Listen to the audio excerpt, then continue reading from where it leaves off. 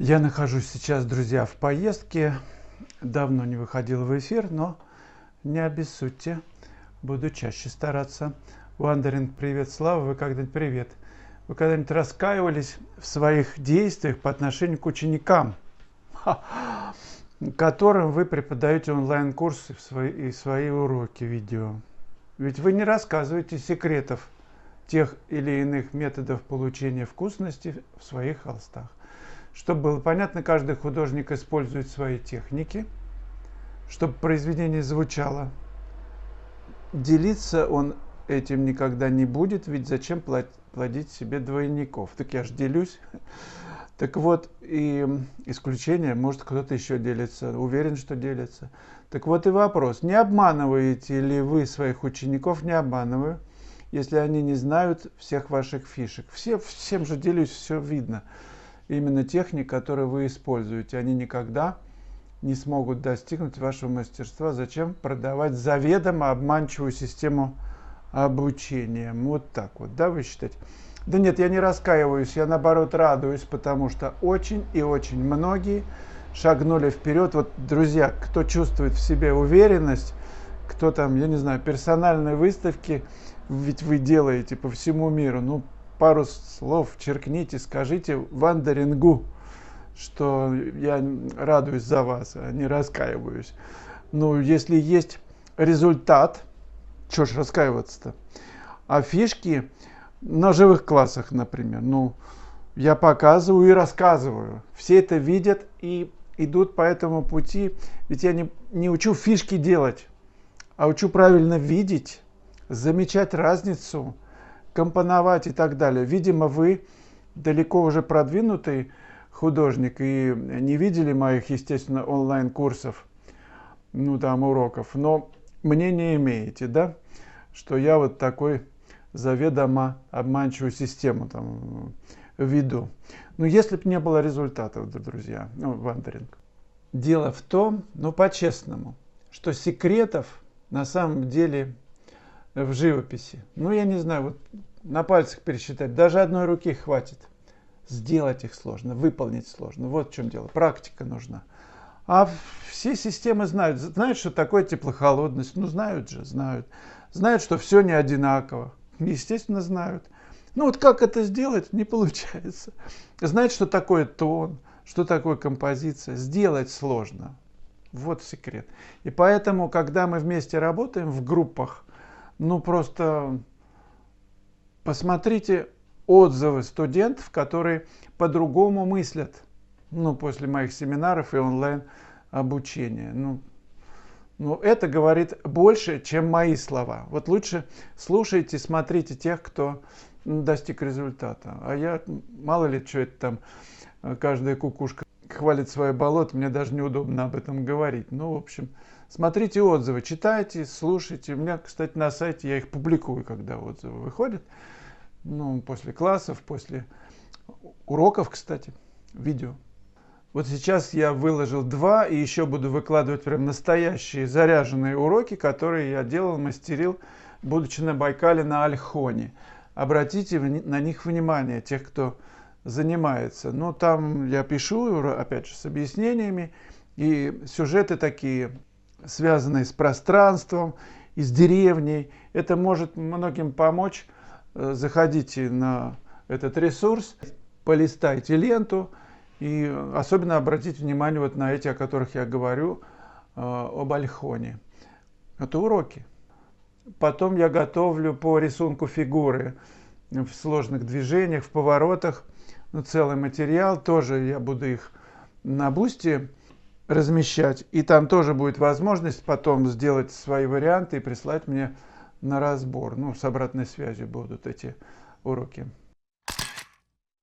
Мэри Лансард, смотреть, как пишет художник, очень полезно. Тренируются зеркальные нейроны. Потом какие-нибудь приемчики будут на наших холстах сами возникать, будто случайно. Но нет, это все нейрончики. Главное писать тоже, а не только смотреть. Замечательно. Спасибо вам, Мэри Лансард.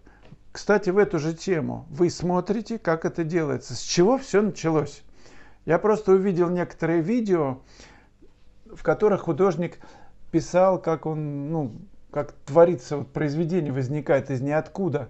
Причем даже пейзаж был, мотив не снят, просто человек творит на холсте. А я кладу в видео и мотив, и палитру, ну все видно вообще. Но я помню это ощущение, как меня заразило вот это вот создание произведения высокого уровня. И, конечно, я понял, что это надо улучшить и просто предлагать тем, кто занимается. И результаты есть. Поэтому, поэтому это продолжается. Спасибо вам за поддержку, кто поддерживает. Ну, а смотреть, конечно, как пишет художник, полезно. Я читал у Фешина, что он, не зная английского языка, преподавал вот именно так. Приходили люди в студию, он писал, ну, как-то, видимо, объяснял. Но вот этого видения, он говорил, Фешин, так, что этого достаточно, если люди видят, как я пишу. Достаточно.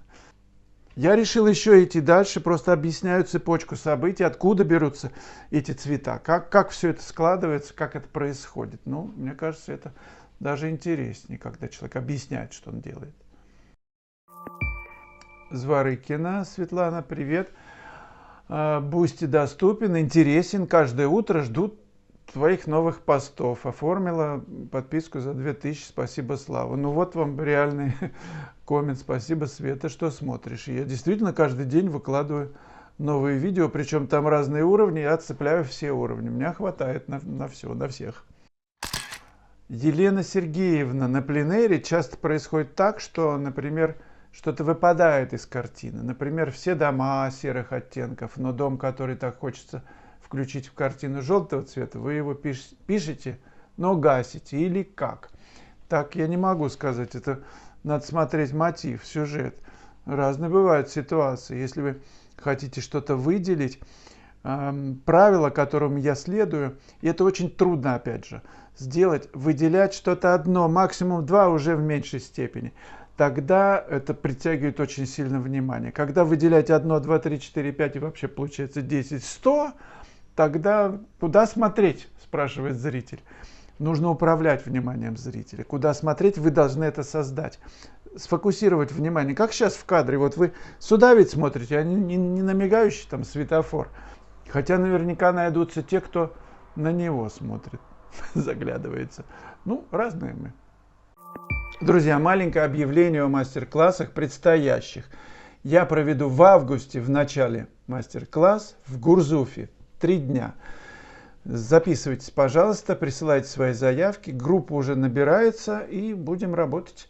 А в октябре в начале всем понравилось и на Гарде, и в Риме. Мы повторим эти 2 заезда. Будет Гарда с некоторыми новыми позициями, локациями. И будет Рим. Тоже мы включим в программу некоторые новые точки. Но и те, где мы были, согласитесь, там чуть-чуть отойдешь, уже другой вид. Хороши. Так что рассмотрите эту возможность. Будет и Рим, и Гарда. Артемий Сысоев. Вячеслав, здравствуйте, здравствуйте. Поделитесь, пожалуйста, своим опытом в очках работы, особенно при работе с зарисовками и набросками. Это была всегда для меня проблема, правда. У меня стало сильно портиться зрение после сеансов живописи на пленэре. Вообще плохо вижу. Стал носить. Ну, в общем, тут долго все читать. Все очень просто. Я заказал очки. Ну, как они называются? Не монокулярные как-то там. В общем, B2. Вверху я смотрю плюс единичка, а внизу поле, ну, сколько вам надо. У меня там плюс 2, по-моему, или 2,5. Ну, разные можете заказывать. И тогда я в одних очках смотрю и туда, и сюда. Ну, еще меня снимали для рекламы очков, как же они называются-то, французских. BBGR, вот вспомнил. Там 3 полосы действия. Но вот я склоняюсь все-таки к 2 полосам, мне в них более приятно. Обратитесь в оптику, и вам там все расскажут про эти вот 2 слоя, и будете без всяких проблем вообще и туда смотреть, и сюда. Галина Бурдейная Петр. Извините, если неправильно прочитал, по-английски тут латиницей. Как я понимаю, надо сначала научиться рисовать, писать реалистично, правильно, чтобы потом суметь все исказить. Но так, чтобы получилось ах. Но сначала нужно научиться ходить. Правильно? Ребенок учится ходить. А потом он может вообще на одном колесе ездить. Кстати, раньше в цирке показывали, а сейчас вообще ездят, как это называется, не знаю, на одном колесе по улицам. Вот что еще может. Танцевать могут, всякие пируэты фигуристы делать. А сначала ходить. Да, нужно научиться ходить ровно, не падать, не валиться. А потом можно на бревне, со скакалкой. Ну, что еще? Кренделя всякие. Назад ходить. Да, мы такие упражнения делали. Бег назад, например. Ну, не назад, конечно, спиной вперед. Так, что нужно, значит, научиться рисовать правильно, реалистично, а потом исказить. Ну, не то, что прям исказить, а найти какое-то решение творческое.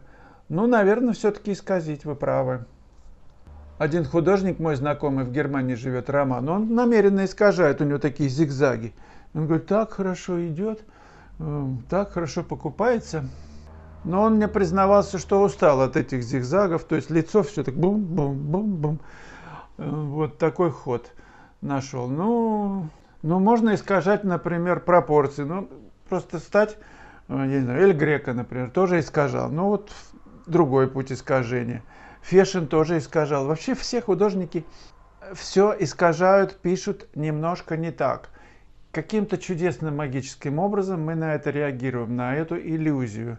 Она нам нравится.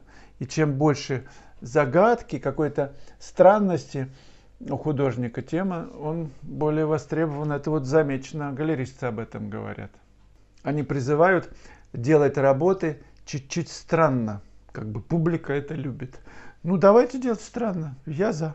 Единственное, меня, например, останавливает, я не могу смотреть, если я сразу чувствую, есть фундамент под этим, есть понимание рисунка, умеет ли человек рисовать, либо он выпендривается и просто намеренно вытягивает руки, там какие-то пальцы, но когда нет базы, это сразу видно. Я консервативный в этом смысле, на меня не надо ориентироваться, если вы хотите делать сильно не так, так делайте. И присылайте в Telegram, посмотрим, у нас же там есть группа. Вот Вандеринг давно хотел прислать свою работу, чтобы мы все полюбовались, в общем, как правильно писать, может быть, и поучимся у вас, Вандеринг, все вместе. Чего там зажиматься? Присылайте на Telegram.